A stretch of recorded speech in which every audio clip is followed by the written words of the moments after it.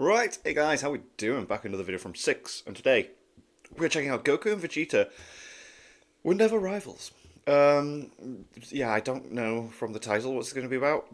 Probably maybe making the point that Goku's always been stronger than Vegeta, and there was never like any real rivalry there. Well, I mean, apart from like the start of it, I don't know. Let's get into it. Is that a fact? Mind your tongue. I'm not an imbecile. I know when I'm being patronized, and I don't care for the suggestion that you're stronger than me. Yeah, I wasn't really suggesting. What? Oof. When Oof. you think of rivals in shonen, you might think of Naruto and Sasuke, Yeah. Deku and Bakugo, or most famously Goku and Vegeta. And if you're talking about Goku and Vegeta in Dragon Ball Super, I would agree that the two of them are rivals. However, that didn't seem to be the case in Dragon Ball Z. A quick look back on their relationship shows that if there was ever a rivalry present, it was one-sided at best, with Vegeta chasing Goku around and even at times being guided by Goku and his superior training methods. Okay. This video is going to go over both of Goku and Vegeta's fights in Dragon Ball Z portion of the manga, and most of their interactions or ways you could say they were competing, and for the most part break down why one of them was stuck in a one-way rivalry that he couldn't let go of because of his pride. So, Vegeta. The villain or antagonist of the arc being the opposite of the MC is a trope as old as fiction itself, and Dragon Ball is no stranger to this. Frieza, Cell, and Vegeta are all the opposite of Goku when they're introduced in one way or another. But Vegeta was sort of the first one, the peak of the Saiyan race, the Saiyan elite, whereas Goku was a low-class warrior, and Vegeta is the opposite of Goku in just about every way that really matters for the story to function. He's much stronger, his moral compass is about as crooked as it gets, It really is. I did not care about Nappa whatsoever. Didn't even think about it. It's like, oh and he god. does not care for his comrades. So let's quickly focus on this last bit here, because it's the first difference between them we're introduced to. When Goku first gets to the battlefield, he makes sure everyone still alive is okay and has been tended to before he even engages with Nappa, while assessing just how much damage has been caused here, which mainly consists of just him counting how many dead friends he has. Then when engaging with Nappa, he makes sure to land a hit on him for each of his friends that had fallen. One for Tien, Piccolo, Yamcha, and Chaozu. Vegeta, on the other hand, can't even be bothered to treat his friend after he's fallen and immediately throws Nappa into the sky before hitting him with a ki blast that was way beyond what was needed to actually kill Nappa. And something to highlight about what both Goku and Vegeta here is that these aren't Interesting necessary comparison things already, yeah. they're doing. Goku doesn't have to make sure Gohan and Krillin are okay before dealing with Nappa. He could easily do that after the fight is over with. It's not like they're going to be able to help him at all, but he does it anyway because he cares. And Vegeta didn't have to kill Nappa here at all. No, he really didn't. He could have just threw him to the side and just like left him. Nappa is a cripple at this point and no harm to anyone. He certainly never harmed Vegeta at all, but simply because Vegeta didn't deem Nappa worthy of living anymore in the state that he was in, It's like, I don't he need you. decided to end his life.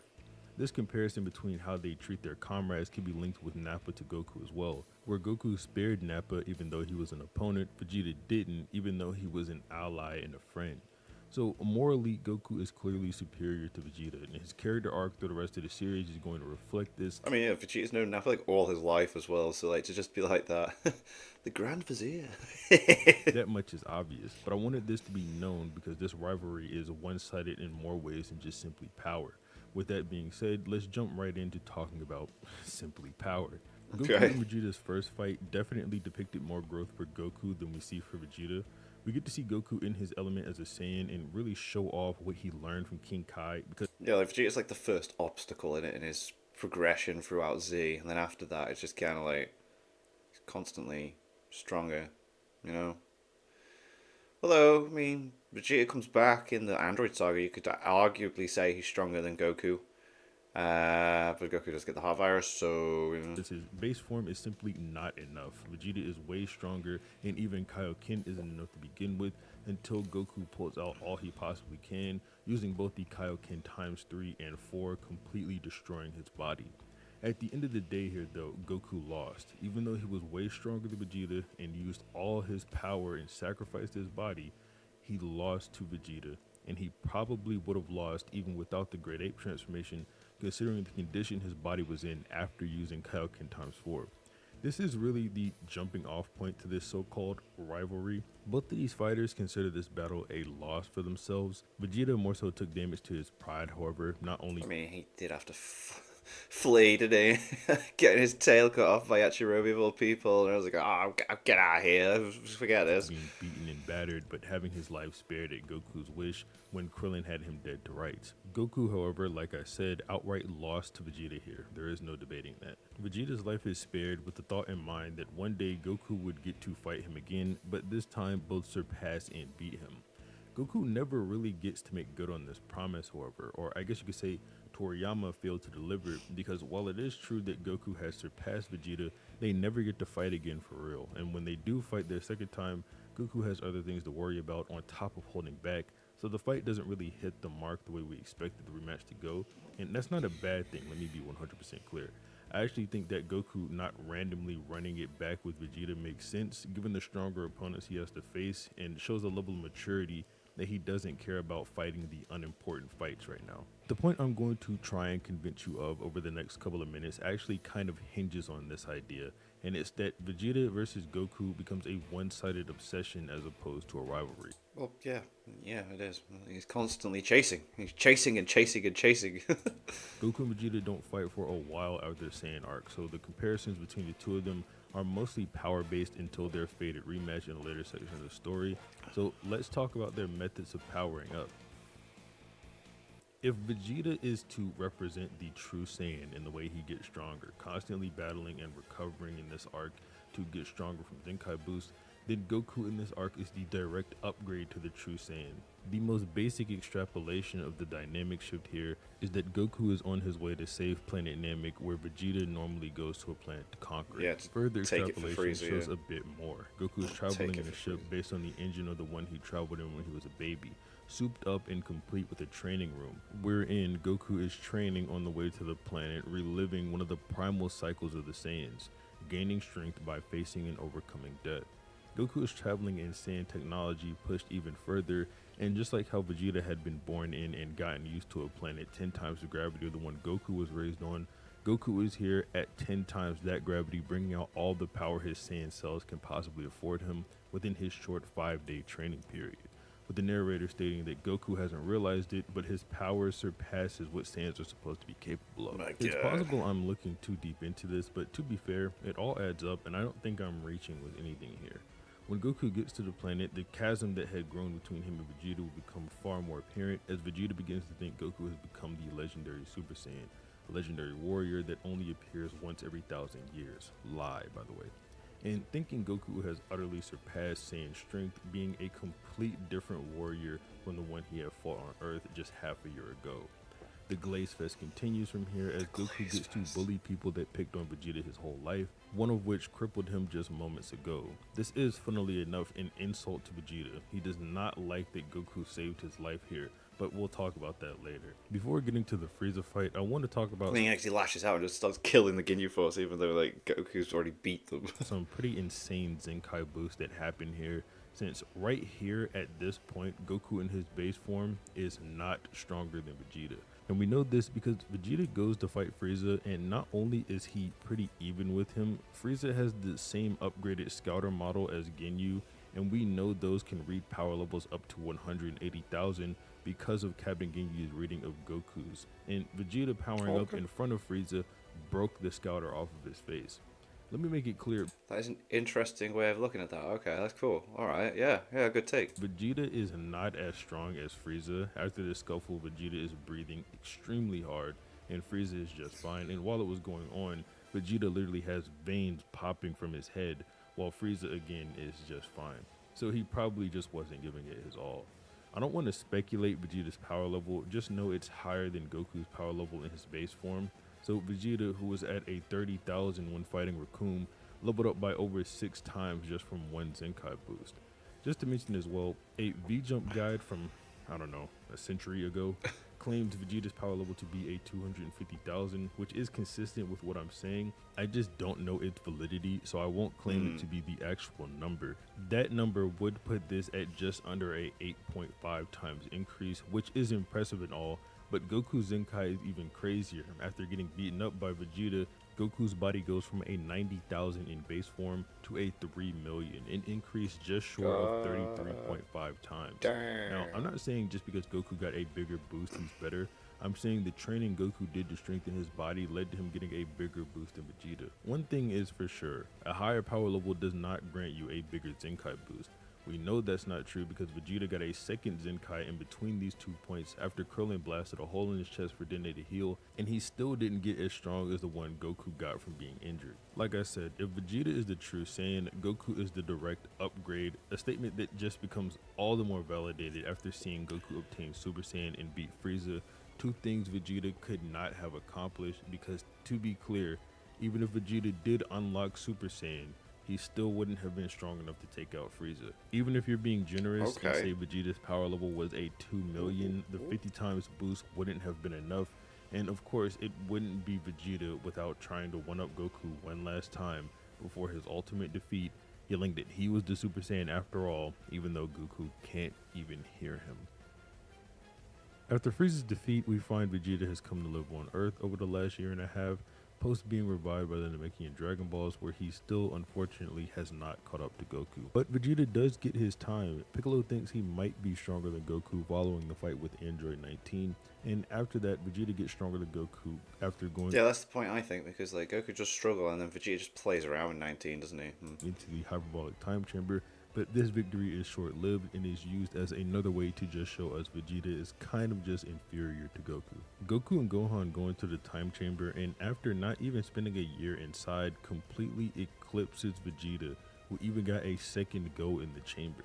After feeling half of Goku's power, Vegeta starts to get insecure again, claiming it's always like this and how Goku is one step ahead of him, and more importantly, that he'll pay for it one day. This is the obsession I'm talking about. Goku doesn't care about Vegeta, at least not in this way. He trains the way he can and just simply moves on. It's not a competition with him. Vegeta is the only one competing in this race. Yeah, it's true. Goku's just naturally going along with it, smiling, and Vegeta's just glaring and snarling all over the place. Goku just also happens to be running. This is also where we get that clip that I played in the intro, where Goku humiliates Vegeta. Although, to be fair, it looks much worse in the anime. They even cut the music when Goku starts his insult. You could use this clip as a way to say Goku is a participant in the rivalry, but I think it's more than that. Goku is stating his superiority to everyone here, and Vegeta asked for specifics. Goku just told him yet again. And I know I keep calling this an insult, but it's only an insult to Vegeta. No one else cares that Goku is this much stronger than them. Because they're used to it. They expect, They expect him to be the one to beat Cell anyway. The inside look at Goku's training shows him to be superior to Vegeta anyway. Goku quickly learns how to break the Super Saiyan wall and even extends it to grade 3 at the same time. However, he quickly determines both forms are inefficient and not to be used. This is obviously something Vegeta could not recognize, and Trunks as well, but that's not important for this video. Well, Vegeta's just blinded by the fact he's found something stronger in it, then doesn't actually think about the logistics of the form. Goku does this while also having to train Gohan, and together they come up with a way to master the Super Saiyan form. So well, it goes up in grades. After the Cell Saga, Super Saiyan is known as Grade 4 or Mastered Super Saiyan. Think of it the same way there are different grades of steak. This new form is the Wagyu of Super Saiyan. Being outmatched by both Goku and Gohan The Wagyu is not always the best, though. I mean, Gordon Ramsay argued with that guy that made the burgers that one time. And then, you know. It was too much to bear for Vegeta, and at the end of the Cell arc, he vows to never fight again. Obviously, that didn't work out, but it still had a giant effect on him. The Buu Saga is where we get the reconciliation to this entire one-sided beef, with Vegeta finally admitting it for one, and then his speech at the end accepting his inferiority. And that's really the only 2 points I want to focus on here with this arc before closing out the video. Majin Vegeta is interesting for Vegeta's character, probably the most interesting change we've seen in a character from Dragon Ball, but the takeaway relevant to this video is just how much Vegeta wants to fight Goku and how insecure he was about not being on Goku's level. He essentially made a deal with the devil to gain more strength because he recognized that once again, despite all his training and efforts, Goku had managed to stay superior to him in every way. And finding out that Vegeta basically doesn't even want to do this makes complete sense. The way he comes off when speaking about Goku makes him sound like a complete child. His speech can be boiled down to Goku was too much stronger than me and he saved my life, and since I'm supposed to be the best, that hurts my feelings. But since he's so dedicated and clearly serious about it, it makes the obsession just that much more visible. Goku and Vegeta were going to fight in the tournament, but when other events arise, Goku doesn't care about fighting Vegeta and only wants to get Boo and Babidi out of the way since they're more important. And I know Goku agreed to fight with Vegeta, but that's missing context. Goku's initial plan was to go Super Saiyan 2 and end Vegeta with his full power quickly so that he didn't lose much energy. However, after he powers up, Vegeta also enters Super Saiyan 2 and he says it won't be so quick. Of course, Goku has Super Saiyan 3 in his back pocket. Yeah, could have. But that drains a ton of energy to stay in the form, and he's obviously trying to preserve his time on Earth. This is his last day for all of eternity anyway. That's not super important. My point here is that Goku didn't plan on battling it out with Vegeta. This was supposed to be a quick spanking to bring Vegeta to his senses. Vegeta just pulled out more power than Goku was expecting. This couldn't be more apparent than when Goku immediately wanted to stop fighting Vegeta once he felt Majin Buu's ki. I'm sure didn't Devil Artemis do an animated thing where it was like, what if Goku went Super Saiyan 3 against Vegeta? I also think it's impressive how Goku basically shatters Vegeta's want to fight with just one line. While Vegeta's touting about how he doesn't care about anybody and how he sold his soul, Goku just says he didn't sell his love for his family, something Vegeta has no response for, but he does decide here that he's going to fight Buu alone. And before his death, he says goodbye to the only three people he cares for, Bulma, Trunks, and Goku. This Even you, best buddy. makes the reconciliation at the I'm end still of the hating. arc that much better, with Vegeta finally recognizing the difference between him and Goku. Goku fights to better himself, which Master Roshi taught him, while Vegeta fights to win or to kill. He does that even now. It's a simple conclusion, but it's needed for Vegeta to get over his secret Goku crush and finally understand that just because Goku wants to get stronger doesn't mean he's trying to stay ahead of Vegeta. Anyway, I hope I made my point clear. Vegeta was never a rival for Goku, at least until Dragon Ball Super, that is, when they're much more even and in clear competition with one another. Yeah, I love the fact that they give them two completely different ways of training as well now. It's awesome.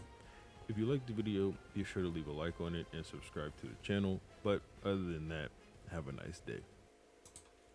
Cool. Yeah, no, that's fair point. You know, Goku's always been ahead, but he was never really training to defeat Vegeta. Vegeta was always training to try and, you know, beat Goku in a fight. I suppose when you think of like Sasuke and Naruto, they were constantly just like training, and then there was competition there, kind of thing.